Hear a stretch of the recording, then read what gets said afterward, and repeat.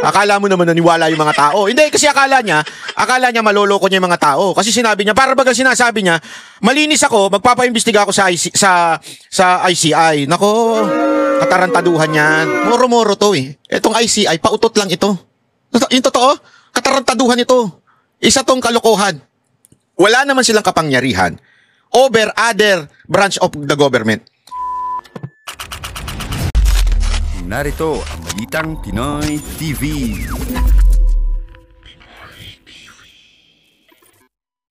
Pero bago po mangyari ang mga ganyang klaseng usapan, ulitin lang po natin ha mga kababayan, baka naman pwede mag-subscribe na po kayo kasi sa mga nanonood, 52% hindi nakasubscribe.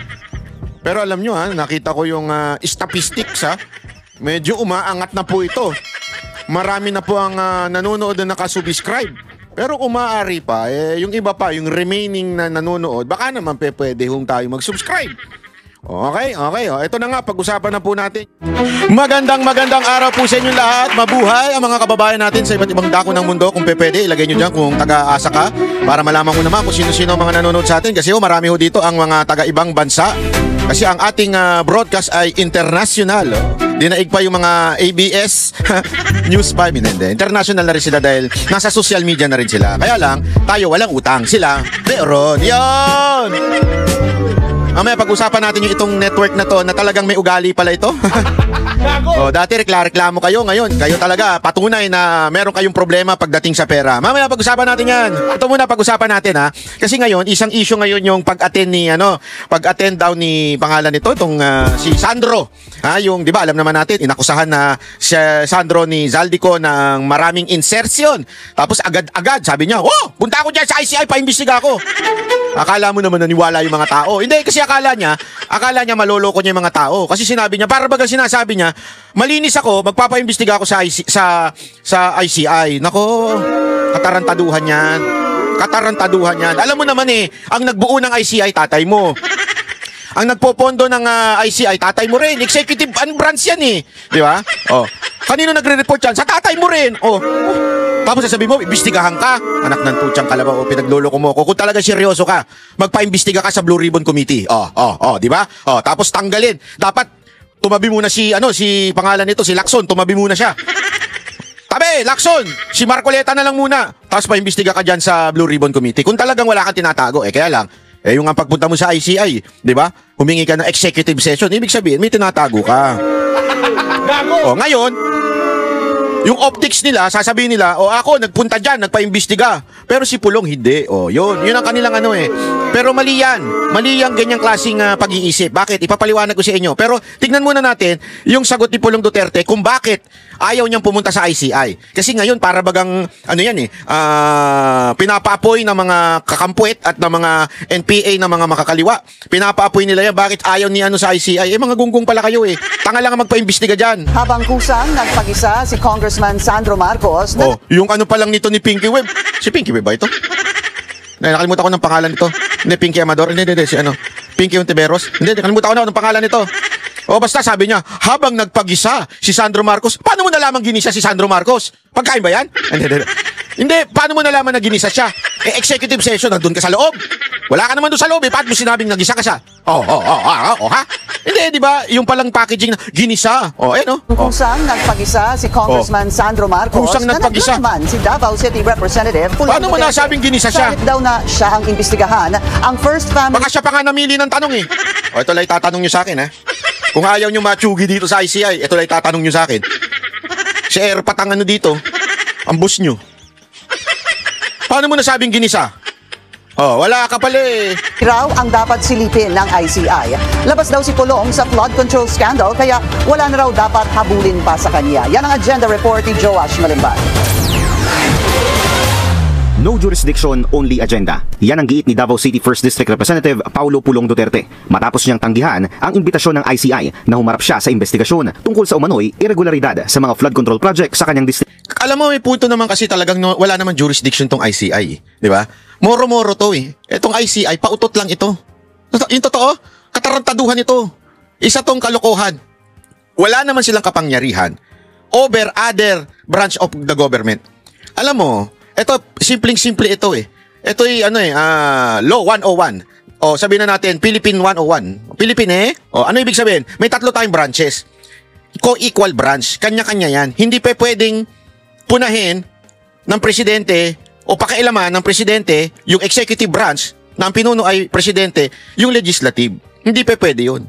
At ang legislative, hindi pa pwedeng pakialaman ng judiciary. Ganun yun, may kanya-kanya sila. May makanya-kanya mandato unless katulad nga po ng ombudsman na pwedeng mag-imbestiga at Sandigan Bayan pwedeng tawag dito, mag-sanction, magsuspende o magpakulong. Dati kasi dahil yun ang kanilang mandato. Nakalimutan ko na eksaktong word na ginagamit nila dyan Ito'y sariling branch na pwedeng magpakulong. Parang COMELEC yan. Yung COMELEC, may sarili yan, di pwedeng pakialaman yan. So, yung ombudsman at saka yung Sandigan Bayan, hindi pwedeng pakialaman. Although, the president appoints. Pero still, pagka-appoint na yan, hindi na pwedeng tanggalin yan nung susunod mong presidente hanggang may fixed term na po sila. Yun po ang sistema. So, ibig sabihin, itong ICI na kinreate ng presidente, walang power to over the congressman or the congressmen or the senators or the Supreme Court or the courts. Wala ho silang power. Kaya nga katarantaduhan lang po itong ICI na ito Ito. Aniya, dahil binuo ang komisyon ng ehekutibo, wala itong kapangyarihang ipatawag o pilitin ng isang miyembro ng Kamara, alinsunod sa Constitutional Doctrine of Separation of Powers. Dagdag ni Duterte. Yon, Constitutional Doctrine of Powers. Shit. Tama. Yun. May ganap ng akses ang ehekutibo sa lahat ng kinakailangang dokumento at impormasyon sa pamamagitan ng mga ahensyang tulad ng DPWH, DBM, DOJ, DENR. Ako sobrang agree ako sa ginawa ni Pulong Moro-moro to. At sa dami-dami naman ng iimbestigahan. Mamaya meron ko papakita sa inyo. Dapat yun ang imbestigahan. Kasi yun, may ghost project talaga. Ito, wala. Ang linis, ang ayos, ang ganda. Pinakamaganda na nga ang Davao Hindi ko nga magets bakit pinakamaganda ng Davao Davao City ng pinakamaganda ngayon. Hindi ko maintindihan bakit gayon DICT at DTI. Kaya't hindi na aniya kailangan ng Malacanang na dumulog sa Kongreso para sa mga proyektong nasa ilalim ng pangangasiwa ng ehekutibo. Mga kapatid! Binigyang diin din ng kongresista na hindi siya naging bahagi ng House Appropriations Committee mula 2019 hanggang 2022. Ang panahong iniuugnay sa mga umano'y anomalya kaya't wala siyang kakayahang sagutin ng mga tanong ng ICI. Nagigets nyo? Wala, hindi siya kasama dun Bakit siya kailangan imbestigahan? Katarantaduhan talaga Sa halip aniya ay dapat ang First Family at dating Speaker Martin Romualdez ang imbestigahan ng ICI matapos silang idawit ni resigned Congressman Zaldico. Patawag nyo nga si Lisa Marcos dyan. Patawag nyo. Kaya nyo ipatawag si Diskaya, di ba? Sabi ni Zaldico, merong kinaugnayan yung si First Lady, ba't di nyo ipatawag? Sa umano'y multi-billion peso budget insertions. Para kay Congressman Pulong, shocking and impossible to ignore ang mga alegasyon ni Ko. Binansagan din ng mamabatas bilang propaganda tool ang ICI at isang political weapon laban sa kanya at sa kapatid niyang si VP Sara. Wala pang tugon mula sa ICI sa mga pahayag ni Duterte. Alam mo, sa sobrang kalokohan nitong ICI, di ba? Nag-resign nga yung isa. Pangalawa na nag-resign. Una si Magalong, pangalawa yung commissioner na si Singson, di ba? At meron pa daw pangatlong magre-resign. Meron pa daw. Dahil unti-unti na nilang nare-realize na etong ICI ay, alam mo yun, katarantaduhan. Isang malaking lang ito, para bagang kinreate, para lang masabing merong ginagawa si Marcos sa korupsyon. And as a matter of fact, di ba, nung pagtitignan niyo ratings, kahapon nilabas natin yung ratings, bumagsak si Marcos. Kasi nga, after, tumaas ng bahagya daw yun after ng sona niya na yung sinabi niya, mahiya naman kayo, tumaas ng bahagya. Kasi, wow! Nung nag-create ng ICI, wow! Pero from the August until this present time, bumagsak si Marcos. Kasi nga, na-realize ng mga tao, hindi lang ng mga nag-resign na tao dyan sa ICI, na-realize sila na itong ICI ay isang malaking katarantaduhan lang. That's the truth. Kaya nga yung mga nandyan sa loob, mahiya na kayo. Bumitaw na kayo dahil isang katarantaduhan yan. Ginagamit lang kayo ni BBM para masabi niya na merong siyang ginagawa. Pero napuputukan kayo kasi you do not have any powers. Wala nga kayo sariling opisina Di ba kayo mahiya niyan? Pati nga abogado ninyo, hindi sa inyo Di ba? Kaya malaking katarantaduhan yung ICI na yan. Eto gusto nyo patunayan ko sa inyo, malaking katarantaduhan yan. Kasi, yang Davao City, walang ghost project dyan. Walang flood control na project dyan na ghost. Lahat maayos ang pagkagawa. Kahit nga yung maayos na bridge na ginagawa na inangkin ni Marcos, maayos Alam nyo ba, yung bridge na yan po ay bigay ng China kay Pangulong Duterte sa Davao City. Bakit? Dahil po yan sa magandang pakikitungo o foreign policy ni Pangulong Duterte sa China. Kaya ibinigay ng China yan at sinabi nila, gagawa namin kayo ng tulay.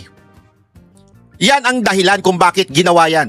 Nagsimula yan noong 2018. Diyan nagpirmahan ng kontrata. So we can consider that signing of contract as the beginning of that project. Oo, totoo, ngayon matatapos yan sa December 15 sa pamamahala ni BBM. Hindi naman natin sinasabing walang ginawa si BBM. Ang kakupalan lang, ay yung hindi man lang in-acknowledge ni BBM na ito'y galing sa China na ibinigay kay Pangulong Duterte dahil sa pagiging maganda ang foreign policy ni Pangulong Duterte. Hindi man lang in-acknowledge ni BBM yan. Ganyan ayoko sabihin na ganyang kakupal eh. Ayoko. Pero hindi naman kasi mura yung kupal eh. Yung kupal kasi parang ano yan eh. Yan yung sobra-sobrang panggagago. Sobra-sobrang kare, sinabihan ka na kupal ka. Ba't mo, kinukupal mo ko ah. Parang yun yung extreme na ginagago mo ko ah. Niloloko mo ko, tinatarantado mo ko ah. Kaya hindi mura yung kupal. Yan ay salitang kalye na nagsasabi lang na niloloko mo yung tao. Kaya nga kinukupal mo yung tao eh. O, pinaliwanag ko na hindi mura yan ha. Yan po ay isang pagdidescribe sa panloloko sa tao. Kaya nga nagagalit ang mga taga Davao City. Dahil alam ng lahat ng mga Davaoenyo na yung lugar na yan, yung bridge na yan, yan po ay ibinigay ng China. Mamaya ipapaliwanag ko. May balita tayo dyan. Pero diniscuss ko lang, binigyan ko lang kayo ng konting dahil mahalaga yan, yung issue na yan. Kaya nga sinasabi natin dito, wala pong ghost project dyan sa Davao. Lahat ng mga proyekto dyan, de kalidad. Lahat ng proyekto dyan, mabilis. Mantakin mo 2018 yan, natapos na ngayon. Ganyang katindi dyan sa Davao City. Walang harang, walang manghihingi, walang haha. Kasi ganyan naman talaga eh. Alam niyo ba kung ba't tumatagal ang mga proyekto? Pag nanghihingi, may nanghihingi. Yan ang dahilan kung bakit tumatagal ang mga proyekto. Siyempre dahil doon, nasa-short yung para sa mga material. So, nagkakaproblema. Walang ganyan sa Davao City. Malinis. Tapos, yun ang iimbestigahan nyo. Sino kayo? Mga gunggong talaga kayo, no? Ito ang dapat ninyong patawag. Ito ang dapat ninyong imbestigahan. Ito ipapakita ko sa inyo. Ito. Chotomate. Ito. Ayan, naku po, patay tayo dyan. Ito ay post ng Batang Munti TV. 407 million na flood control project mula Sukat hanggang Alabang, Muntinlupa ni dating Congressman Raffy Biason. Nadiskubre ng binabasa ko po yung caption. Nadiskubre ng DENR na overpriced at hindi napakinabangan. Naku po. Etong project na ito ay pinondohan noong 2022, panahon pa ng dating congressman at kasalukuyang mayor Raffy Biason. Naku, ito yung ito yung nahatulan ng graft. Ito yung na-convict ng Sandigan Bayan na guilty sa graft at may parusang 6 na taon at 1 buwan hanggang 8 taon na kulong. Naku, intindi nito. Dahil po ito dun sa Napoles link niya, yung PDAF niya. Naku, grabe. Nag-appeal nga siya. Naalala nyo, kinuwento ko na to nag-appeal siya at hindi ho siya hindi pumanig sa kanya. Kaya ngayon tumatakbo siya sa Supreme Court. Kung dati congressman siya, ngayon mayor na siya, pero sa totoo lang convicted po siya. Malinaw to siya po ay nananatiling convicted kasi tinanggihan ng Sandigan Bayan na ipa-reverse yung kanyang hatol. So, ito po'y convicted. Naayon ito sa balita. Naalala ninyo, pinag-usapan ho natin ito. Ito po'y may balita, May balita po dito. Kaya ito hindi fake news. Malinaw na malinaw po ito. Ngayon, siya na naman to. Nabanggit na namin, ito, binabasa ko yung caption. Tuloy natin. Itong project na ito ay pinondohan noong 2022, panahon pa ni dating congressman at kasulukuyang mayor Raffy Biason. Nabanggit na namin na itong kontraktor na EF Chua Construction Incorporated ay madalas na nakakakuha ng proyekto sa Muntinlupa na pinondohan ng opisina ni Biason. Nako, gago! Siya rin ang kontraktor na nang diskubre nating flood control project sa Barangay Putatan. Naku, pangalan pa lang Barangay Putatan na pinagmalaki ni Brila na napakinabangan kahit binabaha pa rin ang baybayin na nasabing barangay. Binabasa natin tong news article itong news caption nitong Batang Munting TV. Ito ang patunay na hindi nabubura ng anumang paghuhugas kamay ang ginagawang kamalian noon. Kaya anumang pagsumikap ng baguhin ng imahe ng administrasyong ito, saksing buhay ang mga bigong flood control project na ito. Katiwalian ng mga nagpapalitan sa posisyon. Naku po, palitan pa ng posisyon. Hirap yung ganyan. Iba-ibang posisyon. Ako, ayoko yung mga ganyan. Pwede ba isa lang? Nakakapagod yan. Ito yung pinagmamalaki ng sinibak na district engineer ng DPWH na wala raw ang Muntinlupa siya iniimbestigahan. Ngunit kusang lumabas sa investigasyon. Ito yon. Oh, na-news ng bilyonaryo. Ngayon, panoorin natin. Antindi nito, mga kababayan. Antindi nitong balita na ito. Oh, pasok, tingnan natin. Overpriced na nga, hindi pa mapakinabangan. Yan umano ang estado ng isang flood control project at kalsada sa bahagi ng Laguna Lake sa Muntinlupa City. Naku po. Ang detalye sa exclusive agenda report ni Joash Malimba. The white elephant that was built. October 27 nang isiwalat ng Department of Environment and Natural Resources ang ilan sa mga umano'y maanumalyang flood control projects na namonitor ng ahensya. Isang halimbawa rito, ni DENR Undersecretary Carlos David ay ang tila overpriced na mga proyekto na umaabot sa kalahating milyon. Sorry. Overpriced na nga, Sorry. Buti na lang iba yung lumabas, ha. Delegation, ha. Pagka-scroll ko ng ganun, may lumabas sa video. Tuloy natin. Huwag kang na gagalaw. namonitor ng ahensya. Isang halimbawa rito, ni DENR Undersecretary Carlos David ay ang tila overpriced na mga proyekto na umaabot sa kalahating milyong piso bawat metro ang presyo. Grabe, no? Ayan, no? Naku, grabe. Ito na nga mga kabalita. Ano na ang masasabi nyo patungkol sa balitang ito? Please comment down below mga kabalita. Pag-usapan natin yan sa comment section. At kung di ka pa nakasubscribe sa ating channel, baka naman